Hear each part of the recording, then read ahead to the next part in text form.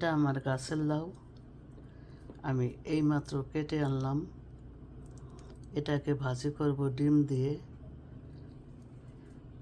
আমার মায়ের রেসিপি, মা যেভাবে ভাজি করতো আমি ঠিক সেইভাবে ভাজি করব। লাউটা কেটে নিয়েছি, এভাবে কুচি কুচি করে কাটতে হবে, একবারে মোটা না একবারে চিকন না। তারপরে পেঁয়াজ, কাঁচামরিচ আর লবণ দিয়ে সিদ্ধ দেব,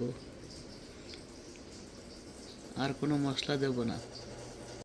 পেঁয়াজ কেটে দিয়েছি, আর লাল লাল যে ছোটো মরিচগুলা দেখছেন এগুলা সৌরভী মরিচ।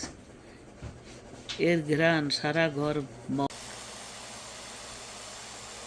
সৌরভী মরিচ আর পেঁয়াজ আর লবণ দিয়ে সিদ্ধ দিয়েছি, আস্তে আস্তে সিদ্ধ হবে।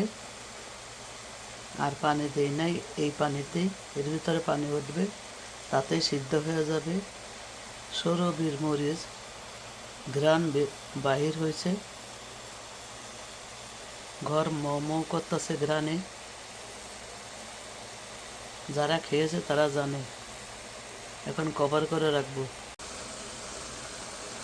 লাউয়ের পানি কমে গেছে, সিদ্ধ হয়ে গেছে। এখন লাউটাকে বাগার দেবো। এটা অতি সহজ রেসিপি, এটা আমার মায়ের হাতের রেসিপি। আমার মা এভাবে লাউ ভাজি করতো, আমার খুব পছন্দ। আমিও এইভাবে ভাজি করি, আমারও খুব পছন্দ। সাথেই থাকবেন।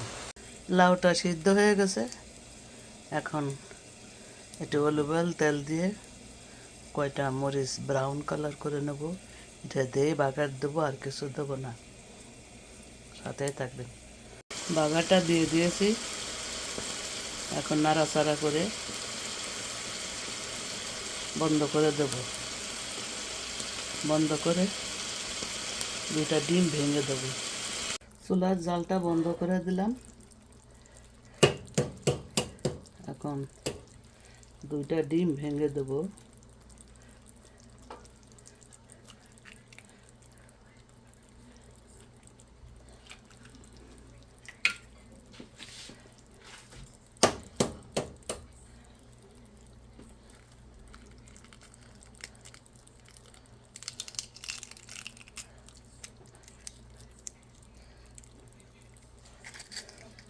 চুলার জাল কিন্তু বন্ধ করে দিয়েছি। এভাবে করবেন। ধনেপাতাটা দিয়ে দিলাম।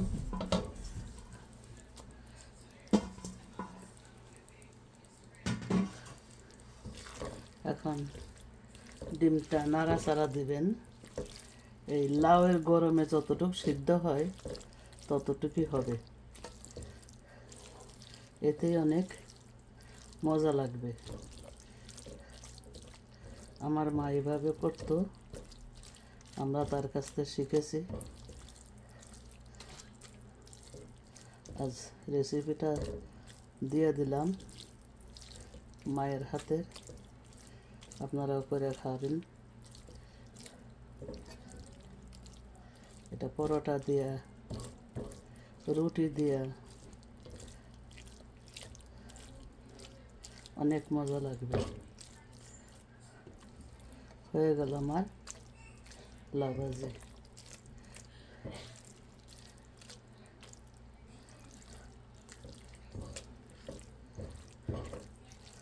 ডিম কোনো জায়গায় সিদ্ধ হবে আর কোনো জায়গায় হবে না, এই গরমে যতটুকু সিদ্ধ হয়।